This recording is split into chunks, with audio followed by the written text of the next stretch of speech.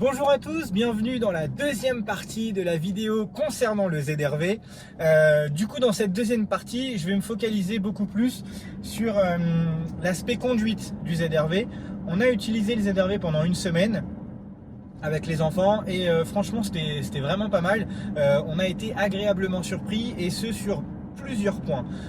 Déjà concernant l'autonomie, concernant l'espace habitable à l'intérieur de l'habitacle de ce ZR-V. Voilà, je profite de mon retour chez Honda pour vous parler en fait, pour faire un peu le point, le bilan sur cette semaine complète d'utilisation. Et vous allez voir qu'il y a pas mal de choses à dire. Bon, l'une des premières choses que l'on peut évoquer concernant ce ZR-V, c'est déjà l'insonorisation. J'ai été assez agréablement surpris parce qu'on entend vraiment que très peu de choses à l'intérieur de l'habitacle, surtout lorsque nous sommes en électrique. Hein, c'est vraiment très bien insonorisé à l'intérieur. On n'entend pas les bruits extérieurs, le vent ou autre. Et ça, je dois dire que c'est quand même très appréciable et très agréable. Surtout quand on voyage avec des enfants, on a un espace qui est calme, qui est apaisant et ça c'est vraiment une très bonne chose. Une autre petite particularité du ZR-V, c'est bien évidemment sa position de conduite. Parce qu'on a une position qui est assez déroutante au début parce qu'on est dans un SUV hein, de moyenne gamme, de moyenne taille on va dire, et pourtant on a une position un peu basse quand même. Vous allez me dire c'est assez paradoxal parce que on a l'impression d'être assis un peu bas et pour autant on a une visibilité qui est quand même très prolongée, très loin. On voit très bien à l'intérieur du ZR-V. Moi j'avais un peu peur par rapport au gabarit parce que c'est vrai que c'est un peu particulier cette position de conduite, donc on se dit mince, est-ce qu'on voit bien ou quoi ou qu'est-ce. Et en fait, alors il y a aussi une bonne chose qui a été faite par Honda, c'est que le nez, là où on voit en fait le dernier point du capot, et ben c'est tout simplement là où il s'arrête, un peu à l'instar du HR-V. Et ça c'est quand même une bonne chose, parce qu'on n'a pas à se dire quand on se stationne, de se dire mince, est-ce que ça va toucher, est-ce que ça va pas toucher, qu'est-ce qui va se passer. Non, là au moins on est sûr, ce qu'on voit, c'est ce qu'il y a devant le véhicule, donc il n'y a pas de surprise, il n'y a pas de risque à avoir, et ça quand même, c'est une très bonne chose. Pareil au niveau des montants de pare-brise, alors j'ai pas les mesures, les cotes ou autres, donc ce serait peut-être m'avancer que de dire ça.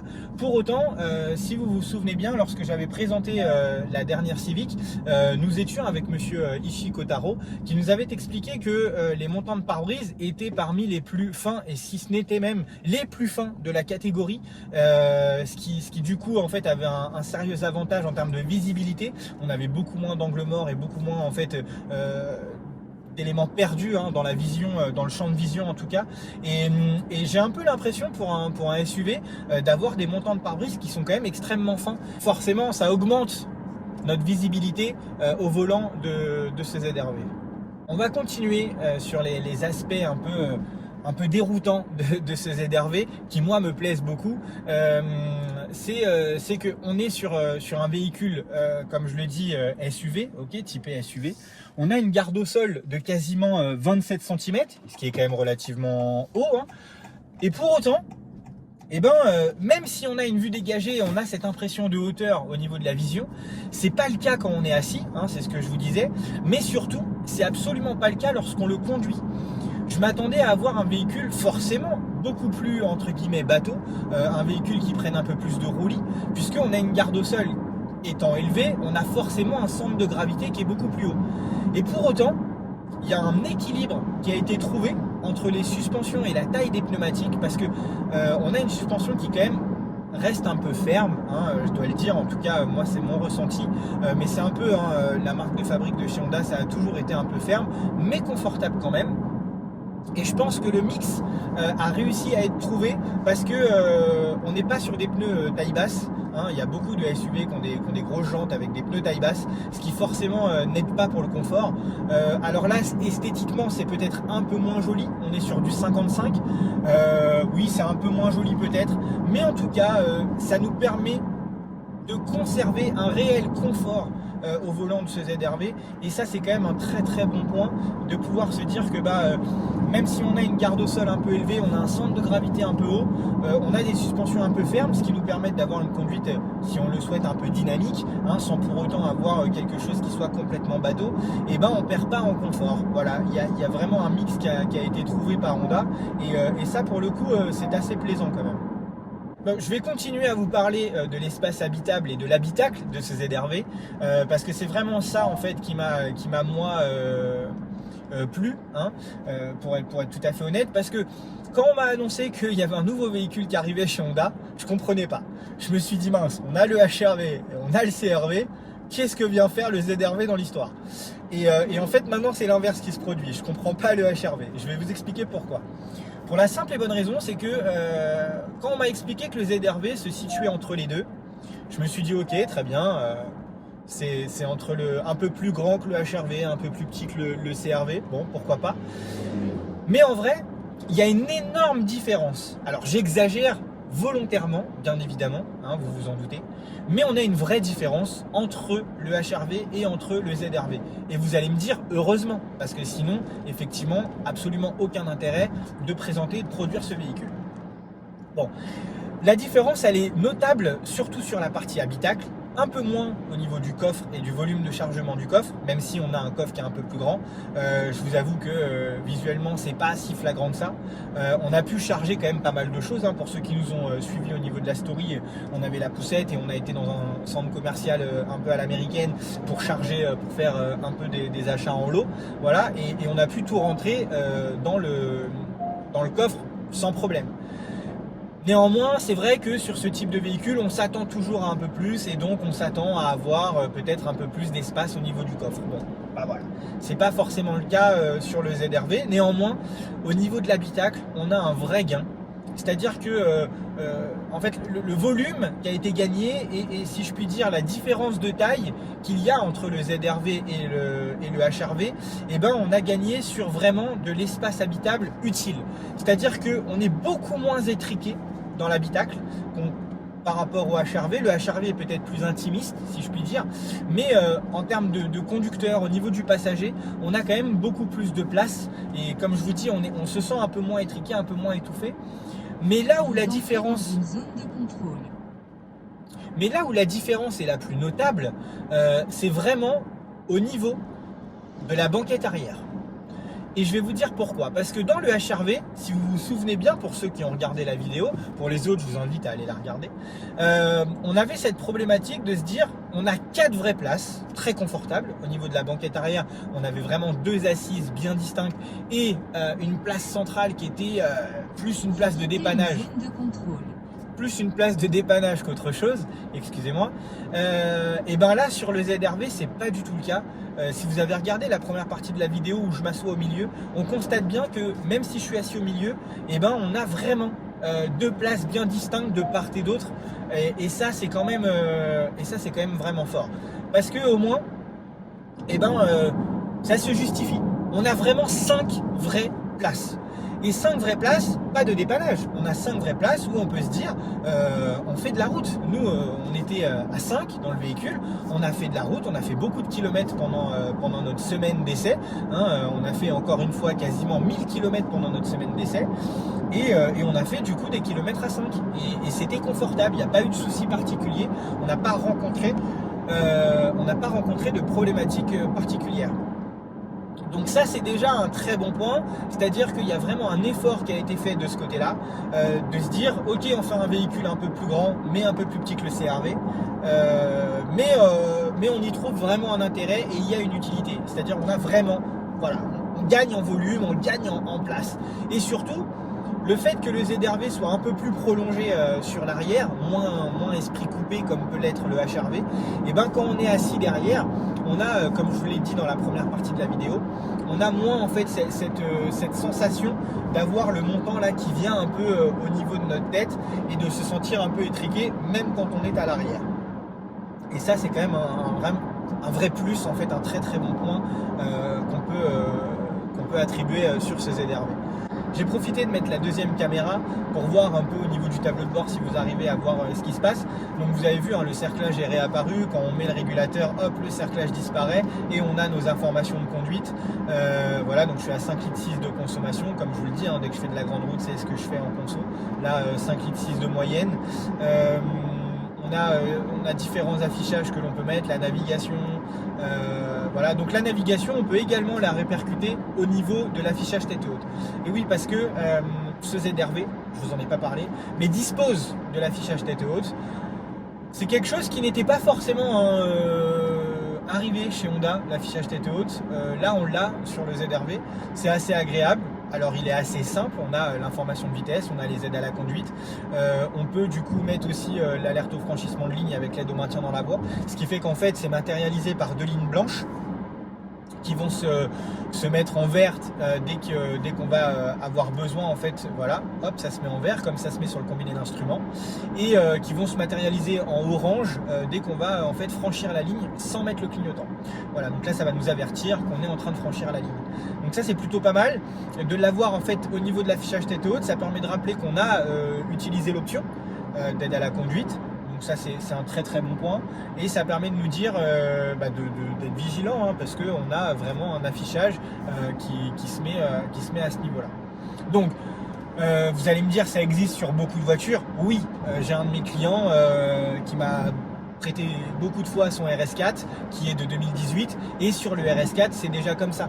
On a sur l'affichage tête haute, on a effectivement les aides à la conduite qui sont mises, etc. Maintenant je vous le signale, pourquoi? Parce que chez Honda c'était pas quelque chose qui était utilisé, qui était mis en place. C'est quelque chose qui apparaît sur le ZR-V, et donc forcément je vous en parle. Voilà, même si vous allez me dire oui, ça existe sur d'autres marques depuis longtemps, etc., etc. Oui, très bien. Mais là, on est sur le ZR-V, je vous parle du ZR-V, donc je vous le signale, tout simplement. Donc là, comme on peut voir, j'ai affiché en fait le régulateur adaptatif. Et là, vous voyez, donc on double un camion qui transporte des véhicules, donc c'est un camion assez important. Hop. Et c'était matérialisé uniquement par un camion, tout simplement. Par contre, une petite particularité, là vous le voyez sur l'écran, les véhicules que l'on double sont matérialisés. Là on a un petit utilitaire qui est matérialisé comme un camion, donc c'est assez fort quand même.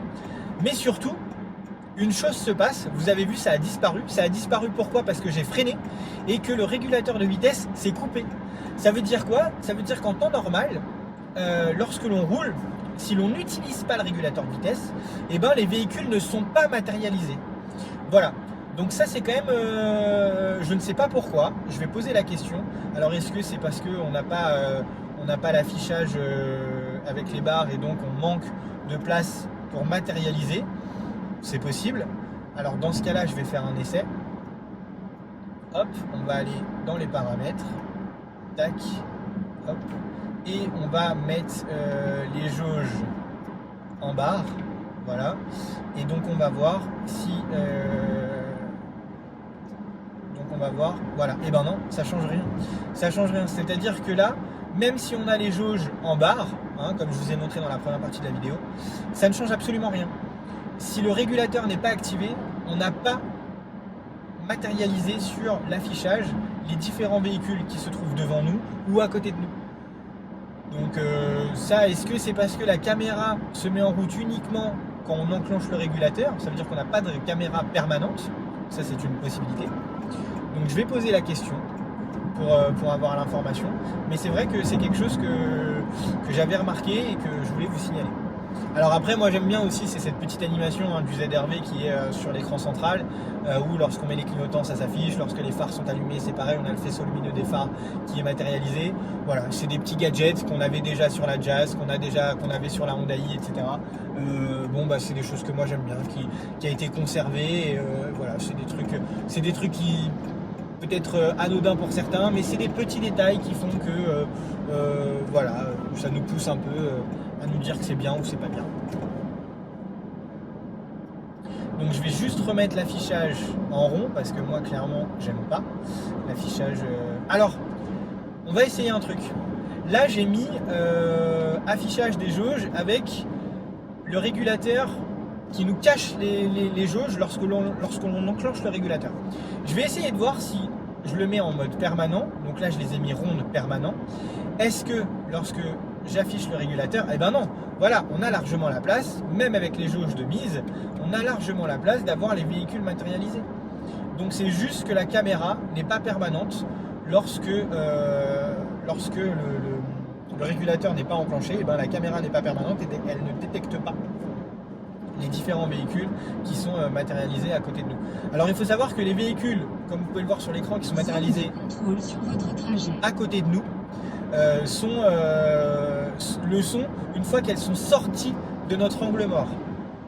Voilà, c'est-à-dire qu'au moment où elles apparaissent sur la caméra, et ça c'est peut-être un peu dommage, elles sont matérialisées déjà à côté de nous. Là la moto, elle a été matérialisée, elle était déjà loin devant nous. Donc c'est pareil, peut-être que ça fera l'objet d'une mise à jour de la même manière que la lecture des panneaux. Au cours de notre semaine d'utilisation, je vais vous parler un peu consommation sur ce ZR-V. On a une vraie différence notable entre les grands trajets, voies rapides, autoroutes, et les petits trajets, petites routes de campagne et agglomération. C'est-à-dire que petites routes de campagne, agglomération, j'ai assez facilement pu descendre autour des 4,3 litres, 4,4 litres de consommation. C'était assez simple, et pour autant, je n'ai pas utilisé tous les outils qui étaient à ma disposition, à savoir les palettes. Voilà. En revanche, sur la grande route, et c'est ça où j'ai été un peu surpris, c'est que sur l'autoroute et sur la voie rapide, on augmente drastiquement notre consommation. Alors j'exagère bien évidemment, mais parce que je suis resté en deçà de ce qui est annoncé par Honda, puisque Honda annonce 5,8 litres, et moi j'ai plutôt tourné autour de 5,4 litres, 5,6 litres de consommation. Mais du coup, ça nous laisse quand même un delta de 1 litre, 1,2 litre de consommation de plus entre les petits parcours en agglomération et on va dire petite route de campagne et la voie rapide et l'autoroute. Voilà. Ce qui est assez curieux parce que souvent on dit que quand on est sur de la grande route, on a tendance à moins consommer. Bah là pour le coup ça n'a pas été le cas, j'ai beaucoup moins consommé sur mes petits trajets de petites routes de campagne et en ville plutôt que l'autoroute et la voie rapide. Voilà. Après, il est assez facile de faire réduire sa consommation. Moi je vous dis, les moyennes que je vous annonce de consommation, je les ai faites en roulant normalement, en ayant une conduite un peu coulée, en ayant une conduite avec un peu d'anticipation, mais je n'ai pas utilisé correctement, et j'insiste sur le correctement, tous les outils qui m'étaient mis en place, parce que on a les palettes qui sont là, et comme je vous le dis, elles ne sont pas là pour faire joli, et je les ai utilisées, mais je les ai pas utilisées autant que ce qu'il aurait fallu. Et pourquoi? Pour la simple et bonne raison, c'est que je voulais voir si en ne les utilisant pas, on arrivait à maintenir notre consommation par rapport à ce qui était annoncé par le constructeur. Et oui, c'est le cas. Ce qui veut dire quoi? Ce qui veut dire que quelqu'un qui n'a pas l'habitude d'utiliser ça, qui n'a pas l'habitude de jouer avec les palettes et d'utiliser la récupération d'énergie de manière un peu plus importante, etc. Eh ben, elle va pas être surprise si elle achète le véhicule. Elle va pas se dire ah j'ai acheté le véhicule, mais la consommation c'est pas ça. Ou on va lui dire bah oui mais vous avez les palettes, faut les utiliser, etc. Non, là si vous roulez normalement, même sans utiliser les palettes, vous arrivez à avoir une consommation qui est complètement contenu par rapport à ce qui est annoncé par le constructeur. Et ça, c'était vraiment un point sur lequel j'ai voulu insister et sur lequel, du coup, je me suis un peu concentré, on va dire. Maintenant, je vous le dis, sur le dernier jour de mon essai, j'ai fait des petits trajets où j'ai joué avec les palettes, voilà, j'en ai fait exprès pour voir, et effectivement, on réduit drastiquement notre consommation. On arrive à réduire sur les grands trajets, on arrive à réduire un peu, mais c'est pas tant que ça parce qu'on freine pas, donc on n'utilise pas trop les palettes. Mais par contre, on arrive à facilement 0,2, 0,3 litres. Sur les routes de campagne et l'agglomération, ouais, facilement 0,3 litres de consommation qu'on peut gagner encore si on joue avec les palettes, si on anticipe encore plus et qu'on a encore plus de récupération d'énergie. Donc voilà, franchement n'hésitez pas, elles sont pas là pour faire joli, même si dans le ZR-V, on a des palettes en aluminium, petit clin d'œil à la NSX, puisque seule la NSX dispose de palettes en aluminium, donc maintenant il y a le ZR-V, mais c'était vraiment la seule voiture à l'avoir jusqu'à présent. Donc me dire qu'on a un petit bout de NSX dans le ZR-V, c'est plutôt pas mal, mais on va pas se mentir, Honda n'a pas mis des palettes là pour faire joli, donc dans la mesure du possible, utilisez-les, ce sera bon pour votre portefeuille, vous allez moins consommer et surtout ce sera encore plus agréable pour vous, vous allez avoir un véhicule avec une conduite beaucoup plus souple, beaucoup plus coulée, et franchement ça c'est quand même un très très gros point. Autre point très agréable de ce ZR-V, comme je vous l'ai dit, étant donné qu'il dispose du même bloc moteur que la Civic, et ben forcément on a aussi sur le ZR-V cette sensation de passage de rapport lorsqu'on accélère, cette simulation de passage de vitesse, voilà, qui a vraiment été très bien travaillée, très bien faite par Honda.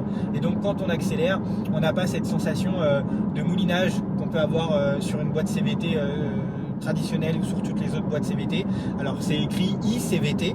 Je vais encore pas rentrer dans la technique parce que sur la Civic ça a été sujet à énormément de débats et de commentaires. Mais si on rentre dans la technique et qu'on regarde un peu plus en détail, vraiment les vidéos faites par Honda au Japon, etc., vous allez voir qu'on est de toute façon, et tant pis, je me risque à rentrer dans le débat, mais CVT, l'acronyme, ça veut bien dire transmission à variation continue. Donc voilà, là-dessus il n'y a pas de débat. On est sur une transmission à variation continue qui est gérée différemment, qui a été travaillée, qui fonctionne de manière légèrement différente, mais ça reste une transmission à variation continue. En bas, sinon il fallait appeler ça autrement, tout simplement. Et là pour le coup, avec la simulation de passage de vitesse, on n'a pas ce phénomène de scooter, comme on peut l'avoir sur d'autres marques qui sont équipées également de CVT, où on accélère et ça fait, où on a la sensation que ça patine. Pardon. Là, on n'a pas du tout cette sensation. Là, on a vraiment la simulation de passage de rapport. C'est fluide, c'est agréable, c'est coulé, encore une fois. Et voilà, et c'est un très gros point et c'est très positif. Puisque je vous parle de la récupération d'énergie, je ne sais pas si on va le voir sur la caméra du dessus, mais on le constate. Là, vous voyez l'aiguille, elle est repassée en puissance, puisque là, je vais accélérer. Hop, on va s'insérer. Tac. Donc là, on a l'avertisseur d'angle mort qui nous dit attention, il y a un camion, fais attention. Voilà. Et là, si j'appuie pour ralentir, hop, on passe tout de suite en décélération. Voilà, et on a du coup nos 3 niveaux de décélération, donc ça descend jusqu'à la petite flèche qui est là. Voilà, et donc ça nous permet de forcément récupérer plus d'énergie sur la partie élec. Alors on va faire un petit point sur notre trajet, comment s'est comporté le véhicule. Voilà, donc là on est à 5 litres de consommation sur notre trajet actuel. Donc depuis que je suis parti de chez moi jusqu'au siège de Honda France, j'ai une centaine de kilomètres pour aller chez Honda. Donc voilà, principalement de la voie rapide et principalement de l'autoroute. Donc on a une conso de 5 litres de moyenne, c'est plutôt pas mal. Et là pour le coup j'ai joué un peu avec les palettes, moi de chez moi jusqu'à la grande départementale, j'ai joué avec les palettes pour me ralentir, etc. Et donc on le voit, on gagne quand même en autonomie et en consommation. Voilà, c'est vraiment important d'être acteur de sa conduite et de se dire que si on veut améliorer les choses, oui, on a tout un tas d'aides à la conduite, oui, on a tout un tas d'assistances, mais il ne faut pas compter uniquement sur les assistances, sur les aides à la conduite. On peut être acteur, on peut faire nous aussi voilà, faire bouger les choses pour notre consommation et se dire ok, la manière dont je conduis, ça va forcément influer sur notre consommation. Ça, on le sait pour les gens qui vont rouler doucement et rouler vite, oui. Mais ce qu'on sait moins, c'est pour les anticipations, c'est pour tout ça. Quand on anticipe, quand on utilise les outils qui nous sont mis à disposition, et forcément, on peut se permettre voilà, d'avoir une conduite qui est beaucoup plus économe et qui est beaucoup plus sécuritaire aussi. Bon les amis, cette vidéo touche à sa fin. J'espère en tout cas que l'essai, la présentation, que les 2 parties de vidéo vous auront plu. On n'hésite pas, on s'abonne, on met un petit pouce bleu si la vidéo vous a plu. Voilà, on a plein d'autres essais à venir pour la fin de l'année, avec notamment beaucoup de surprises aussi qui vont arriver, avec la rubrique classique, etc. Donc voilà, je vous en avais parlé. Restez bien connectés, tout ça, ça va arriver. Vous inquiétez pas, j'ai plein de bonnes choses pour vous. Merci à tous en tout cas de nous avoir suivis et je vous dis à très vite les amis.